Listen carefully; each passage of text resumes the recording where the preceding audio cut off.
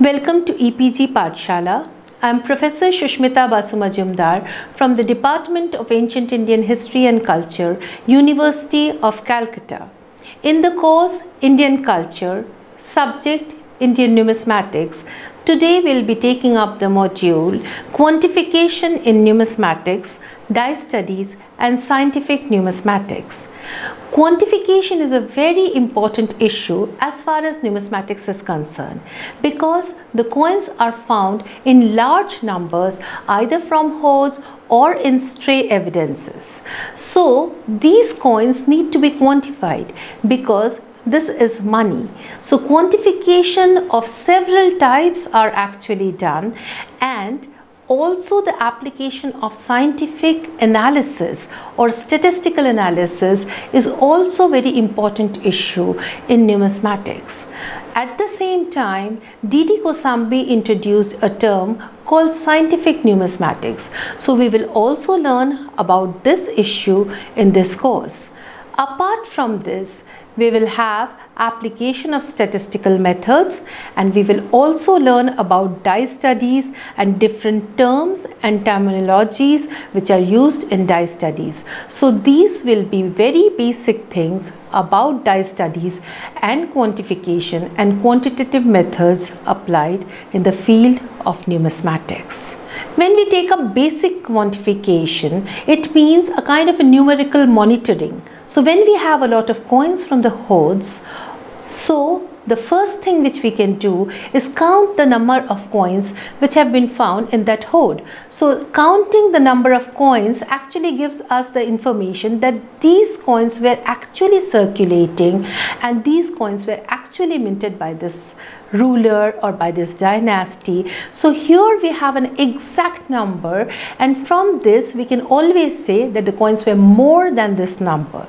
So this is a very basic monitoring or numerical monitoring of the coins. The second can be re-quantifying them into subgroups according to classification of the hoard. Then the third step, which is minimum amount of coins of each type in circulation during a particular period in a particular region.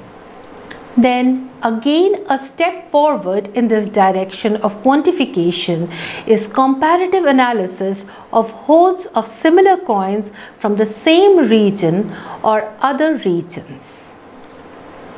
The process of numerical monitoring can be seen very easily in a very imperative work done by P.L. Gupta and Terry Hardacre. As we are aware that P.L. Gupta and Terry Hardacre had worked on the imperial Panchmark coins of the early phase. So they had divided these coins which do not have any inscription on them. We do not know exactly which ruler had issued, as these coins only had multiple symbols on them. So on the obverse we have 5 symbols on these coins. So what Gupta and Hardacre did was they had quantified the number of symbols and classified them according to different subgroups and groups. Now they could divide them chronologically into 7 different series. Later on again this was updated and 2 more series was added to this whole group. But this is a kind of application of statistics to the whole issue to arrange the coins in chronological order. So now you know that quantification is very important, and this also leads us to some kind of a scientific analysis, and statistics also is very helpful in this case.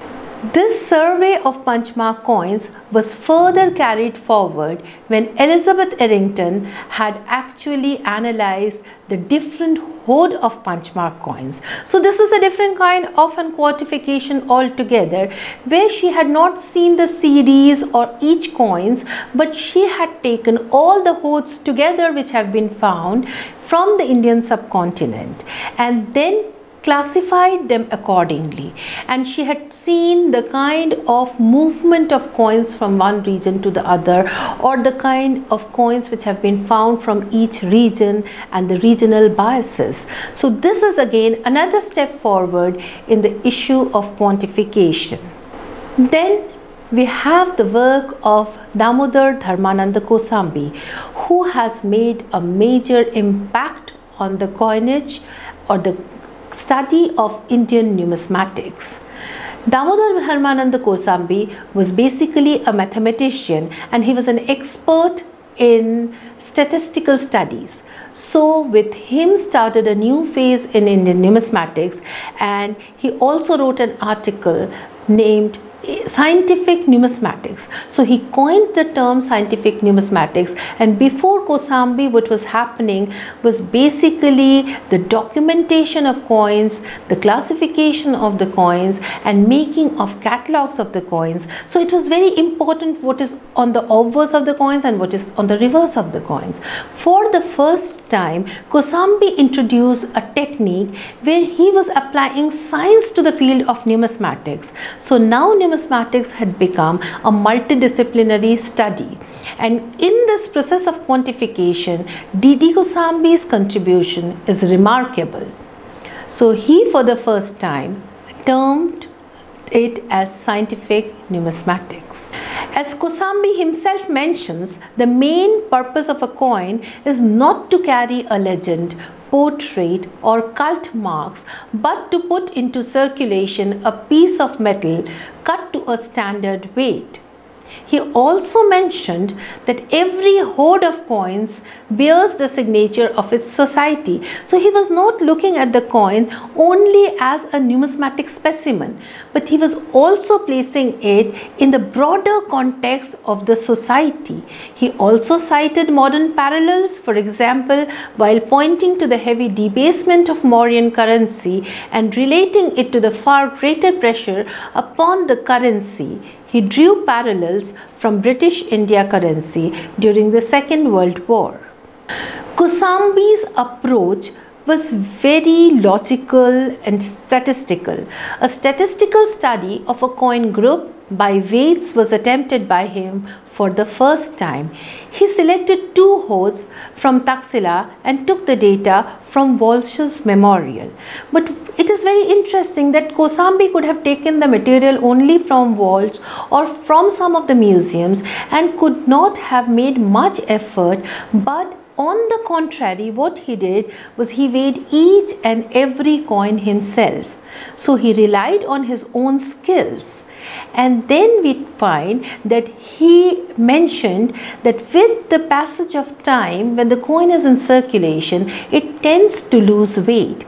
So according to his theory, he had put time on one side and the loss of weight on the other side. So in the graph X and Y scale, he had taken them together. And he also mentioned that there is a term called legal remedy. So let us also now learn what is legal remedy. It's a very basic term, but it is quite important because Kosambi has pointed out that there is always a factor of unavoidable weight variation even in coins newly minted using the same technique even by the same craftsman. Kosambi used the term legal remedy for such tolerance level of weight variation at the time of its minting. This legal remedy is thus different from the weight lost in the process of transaction. As I have mentioned, that Kosambi was looking at the weight loss of the coin with the duration of time in which the coin had been put to circulation. He classified a set of punch mark coins by number of reverse marks. So what Kosambi was trying to say is that the number of reverse mark, which are also known as control mark, Schroff mark, gilt mark, or the mark of checking the coins. So these marks actually, according to Kosambi, were made by the guilds the shroffs and others who checked the coin time and again. But this was also put by the official authority. So he said the number of reverse mark, if they are more, the coin had been in circulation for a longer time. So it's inversely proportional to the time in which the coin was in circulation. So he was counting the number of reverse marks to mention that the coin had been in circulation for a long time, and for this he adopted a statistical method, and he took a group of coins from Takshila which were freshly minted and counted the number of reverse marks on them. And in this graph you can see the number of reverse marks has been put on one scale, and on the other axis you have the average weight of the coins in grains, and the graph goes down. So there is concentration at single points. So the line of regression is given by on the y-axis. Kosambi's theory thus was the number of reverse marks increases as the weight decreases.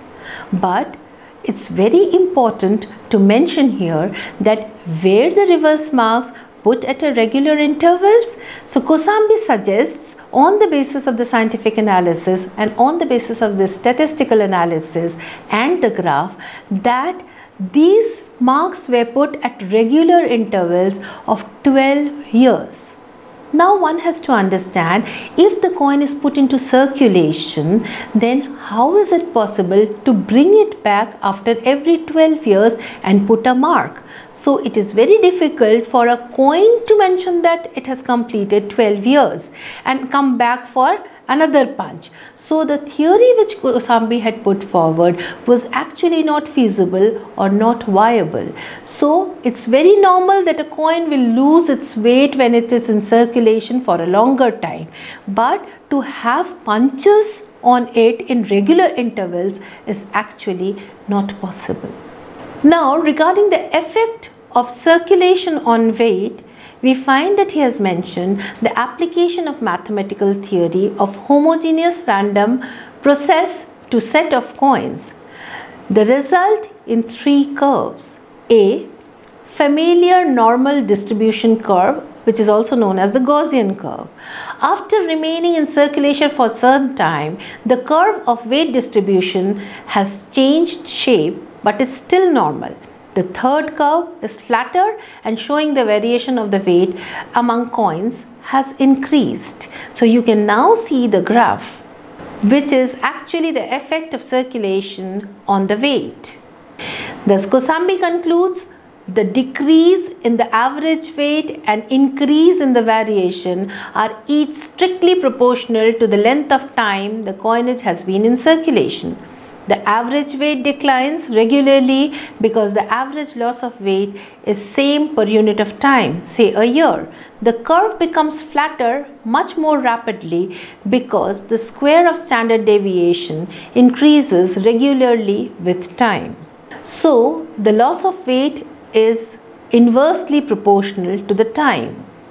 Rather, it depends on frequency of its use in the process of circulation, because if the coin is in circulation for a longer time, it will lose weight, but every coin will not have the similar history. So one coin minted at the same time will have more circulation, whereas the other coin can just go for a saving bank.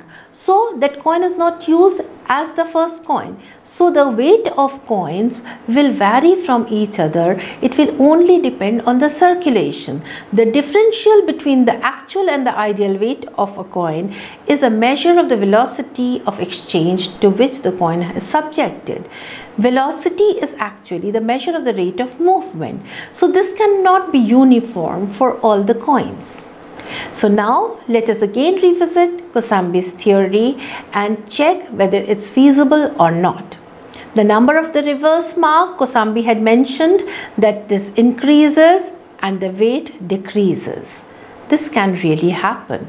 But the thing is that the marks on the reverse cannot be put at regular intervals of 12 years as Kosambi has mentioned. Now let us move to the loss of coins from circulation, which is again a very major issue to which again Kosambi had attracted our attention. In the absence of the mint records, in case of the ancient Indian coins, the estimation of coins in circulation becomes quite difficult.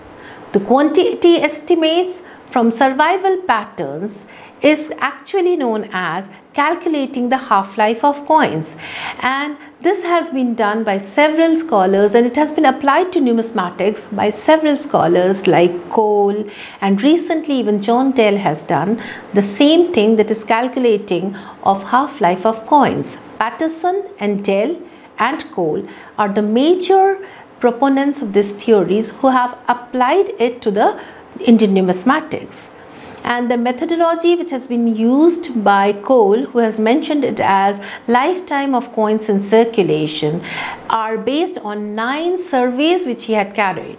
Large sample of coins of same denomination drawing from banks, local banks, and frequencies of each date occurring were recorded.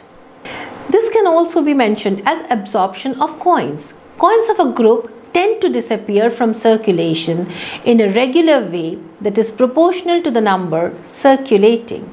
So suddenly we will have the drop in the number of coins which is in the market. So whenever there are fresh coins in the market, there is a tendency to hoard a few or keep the new coins with you. So when this happens, there is a sudden drop in the number of coinage which has come to the circulation, and this is known as absorption of coin. And when the number of coin reduces to half, this time period is known as half-life of coin. The rate of absorption is represented by a statistical law in familiar geometric progression. Here you can see Kosambi's description, where he has used the number of punch marks on the coins and also the loss of weight of the coins to show the absorption in the square coins. As Kosambi mentions, the rate of absorption is similar to the law of absorption of radiation, the law of healing rate of wounds, and the law of growth by compound interest. So how do we actually calculate? We will calculate the absorption of coins in the same way as we calculate all these. So it's a common theory which has been applied here. John S. Deyell and Patterson have also applied this absorption of coin theory, as I have already mentioned. Let us see how they have applied it and to which set of coins have they applied, and is it universal or it varies from coin to coin. It really does, because it also depends on the kind of circulation which is happening, the kind of remnants which we are having. The rate of absorption or diminution of the quantity of coins in circulation is measured by the half-life of coins. The time taken for the survivors to be reduced to half their original numbers is termed as half-life. Patterson has estimated the half-life of silver coins in circulation in the 20th century at 25 to 30 years. So it takes 25 to 30 years for the coins to become half the number of coins that had been actually put into circulation. If we put 100 coins to circulation, to become 50, like when we have 50 coins in the market, it takes 25 to 30 years according to Patterson and Deyell. For the medieval period in Europe, he proposed a half-life of 50 to 100 years. As I have suggested, that from area to area, from region to region, and from the kind of usage of coin, it will vary. So in medieval Europe, the time taken is 50 to 100 years. Deyell estimated a half-life of approximately 20 years for the Rajput bull and horseman coinage of Delhi. So we have seen that these are in 3 different forms. So one has to be very careful while calculating it, but the application of statistical method actually helps in estimating the half-life of coins. As I had already mentioned, that Kosambi's methodologies have actually made a major change in Indian numismatics, and the application of science or scientific numismatics had made a major impact on the Indian numismatic studies. So Kosambi was the first person to calculate the half-life of coins, and it still continues with the studies of Patterson, Cole, and also John S. Deyell. So this is one of the methods which is still in application, though the rest of the things on the theories which Kosambi had put forward were at fault. But still we cannot underestimate the efforts of Kosambi, because he actually had made a major paradigm shift from what had been happening in Indian numismatics. Now from here, let us move to the topic of die studies and die analysis. Let us take up the terms and terminologies. Die is actually the tool which is used for minting die-struck coins. We have two dies. One is called the obverse die and the other is called the reverse die. The reverse die is actually kept on the anvil, and then the coin blank is kept on it, and then the obverse die, and finally a metal protector, and then the hammer blow is received by the whole set and the coin is then minted. But this is a basic definition of minting. But as far as die studies are concerned, the obverse and the reverse dies are two different things. So let us now learn the basics of die studies and terminologies. According to die studies, the definition of an obverse die is the die which is fixed on the anvil on which the coin blank is placed is actually the obverse die. So this die which is actually kept on the anvil and fixed to it is the obverse die. So the term obverse means which is more important, the primary die. So this is the die which is to be protected. So it is not receiving the direct hammer blow. On this the coin blank will be kept, and the reverse die will be the opposed die to the obverse die, which will receive the hammer blow and not directly, because it will have a metal protector. Now what exactly is die analysis and how it helps numismatists for further analysis and how it helps in reconstruction of the history? Let us learn a little more about it. The technique and methodologies used for examining dies through the coins they produced is known as die analysis. Now it is very important to know that we have not found many dies in excavations or explorations. The reason being that if a die is in wrong hands or in the hands of the counterfeiters, then they can make forged or fake currency in large numbers. So immediately when the die was discarded or when the decision was taken to cease the production, the die was immediately destroyed. And since the die was destroyed, we do not find them in explorations and excavations. So how do we do die studies when we don't have the dies? So it is the coins which are actually produced with the dies. They are studied very carefully, and by a careful examination, now we can say that how many dies were actually used to mint these coins. So the number of dies can be estimated from the coins which have been produced from these dies. Now the second term is die combination. What does it mean? A particular combination of obverse and reverse dies known to occur on one or more coins is called a die combination. Die group. A group of dies involving multiple obverses and reverses in which a die link or series of die links connects all the dies is called a die group. So when we get a die group, they are all interconnected. So the connectivity becomes very, very important. Now let us also learn about discontinuous production. a system of production in which the mint destroys the dies after the period of work is called discontinuous production. As I have already mentioned, the dies were destroyed. So when the mint destroys the die, it's called discontinuous production because now there is a discontinuity in the production process. Double striking or double struck. A coin which is moved during the striking, resulting in the image to appear in 2 or more times on the coin, is called double striking. So we know that on the lower die or on the alveolar die, the coin blank is kept, and then the upper die or the reverse die is kept. So while striking, one of the things can move. Either the upper die moves, that is the reverse die, or the coin blank can move a little, and when this happens, or even the hammer blow is not correct, so we have to mint it again. So when the coin receives another blow, then we get a double image. This is actually known as double striking or double struck.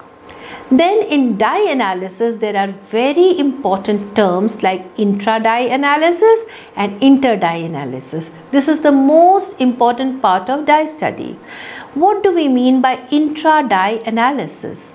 The study of how a particular die wore out and was altered by examining multiple coins produced by the same die is known as intra-die analysis. So when we have a set of coins which have been minted by the same die, then we can examine them carefully and see what are the variations which are happening. So a small crack can develop while minting the coin. So we see that the crack is gradually becoming deeper and larger, and then the crack is actually mended a little, and then some coins are struck, and then gradually the die is breaking. So we can arrange them accordingly, and this is known as the internal study of the die is known as intra-die analysis.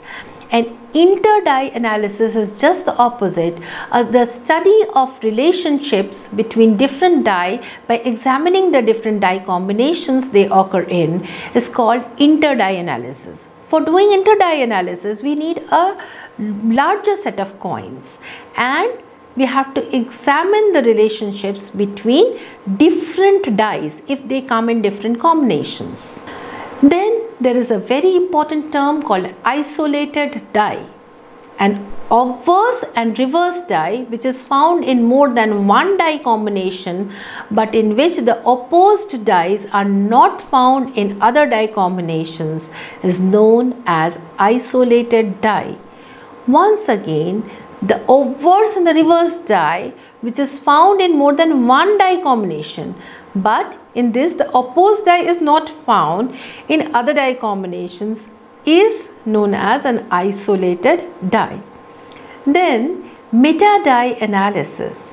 It's a statistical analysis of the dies in a given sample. So whenever there is an application of statistical analysis in die studies, it's called meta-die analysis. And then singleton, a die combination in which both the dies are not known in any other die combination, is known as a singleton. So both the dies, that is the obverse and the reverse die, are not known from any other die combination, will be known as a singleton. Now let us learn a little about the historiography of die studies. This was first introduced by Imhoff Blumer, who was a German scholar, and all the writings of Imhoff Blumer were in German. So the others who could not read German, to them it was not becoming much popular. So it was Neville who for the first time translated them and applied it to another set of coins, and he wrote in English. So with the writings of Neville, then the die studies were actually introduced to the rest of the part of Europe, and it became very, very popular, and they were again applied to Greek numismatics and the Hellenic coinages, and with this started the major trend of doing die analysis from 1921 onwards. So from 1912 to 21 we find that it was applied on the coins of Alexander and his Hellenistic successors, and this gave a major impetus to die studies. The critics actually felt that the labor which has been put is not worth it actually, because it's too much difficult and it's time taking, and the results which are produced by this die analysis are not worth spending that much of time. But with time there was a major change again, and die studies became very, very popular from 1950 to 1970. This period can be said as the period of modern die studies, and development of new techniques started. Die charts were being prepared, statistics was applied, and estimating the number of coins produced by a die was actually proposed. And here we can mention the name of three very important scholars. The work by Buttery, Cole and Crawford were very, very important and imperative, and they actually tried to estimate the number of coins which were minted by a die. So by doing die analysis, they also tried to estimate how many coins a die can produce, and then they multiplied it with the number of dies which have been found. Now we will come to this issue a little later and see whether the feasibility of quantification by studying die analysis is possible or not. Die population and coin population vary from type to type. Every die has its own specific identity. Metal used for preparing the dies are not the same in every case, and the life of the die or the production capacity of each die hence differs. Use of probability statistics can lead to faulty conclusions in this case. Now let me explain a little about it. If the die capacity is imagined as 5,000 per die, it is not necessary that that die will be used for minting 5,000 coins. It means that the die has the capacity to mint 5,000 coins, but this does not mean that the die has produced 5,000 coins, because production of coins actually depends on several other things. It actually depends on the economic factors, whether there is a need for minting such coins or not. Secondly, it can also depend on the rulers who will decide whether you really need that amount of coins or not. It can also depend on the mint, which will decide whether they have to change that die or not. It can also depend on the change of a design of the coin or the device of the coin which the die has been changed. So the production will depend on several other factors, though the die has the capacity, but it can be discarded from use, or it can be kept aside and again it can be reused a little later. So it can be kept in a mint box for a long time and again reused. But it does not mean the capacity and the production have to go hand in hand. Number of coins a die can produce prior to its rejection depends on these factors. Again reiterating it, number one, it is die material or the metal used. So we have to see whether the die has been minted properly, or whether the die has been made properly, whether the tampering has been done nicely, whether it is ample ductile, whether it can receive the hammer blow. It can happen that one die, after producing 10 or 50 coins, develops a big crack and it has been discarded.